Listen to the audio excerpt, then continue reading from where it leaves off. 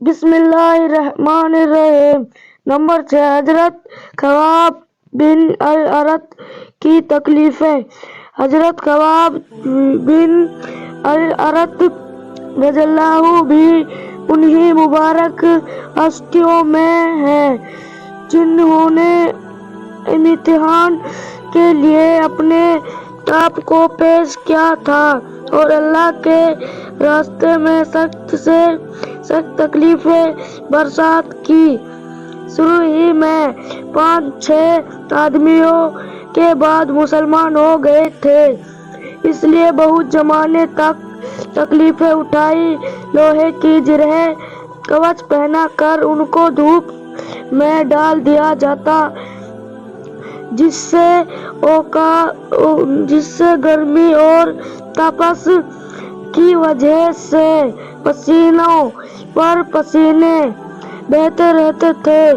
اکثر اوقات بالکل سیدھا گرم ریت پر لیٹا دیا جاتا۔ زرہ کی وجہ سے کمر کا گوشت تک گل کر گر گیا تھا۔ یہ ایک عورت کے غلام تھے۔ اس کو خبر پہنچی کہ یہ حضور اقدس صلی اللہ علیہ وسلم سے ملتے ہیں تو اس کی سجا میں لوہے کو گرم کر کے ان کے سر کو اس سے داغ دیتی تھی۔ حضرت عمر رضی اللہ نے میری کمر دیکھے۔ حضرت عمر رضی اللہ کے کمر دیکھ کر فرمایا کہ ایسی کمر کسی کی دیکھی ہی نہیں۔ انہوں نے عرض کیا، مجھے آگ کے انگاروں پر ڈال کر گھسیٹا گیا، میری کمر کی چربی اور خون سے وہ آگ بجھی۔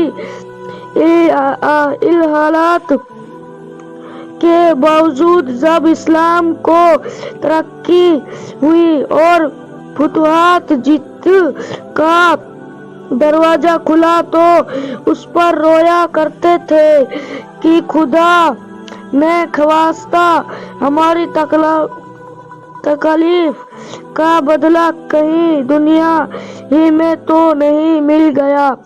حضرت خباب رضی اللہ کہتے ہیں کہ ایک مرتبہ حضور اقدس صلی اللہ علیہ وسلم نے خلاف عادت بہت ہی لمبی نماز پڑھی۔ صحابہ رضی اللہ نے اس کے متعلق عرض کیا تو حضور صلی اللہ علیہ وسلم نے ارشاد فرمایا کہ یہ رغبت و ڈر کی نماز تھی۔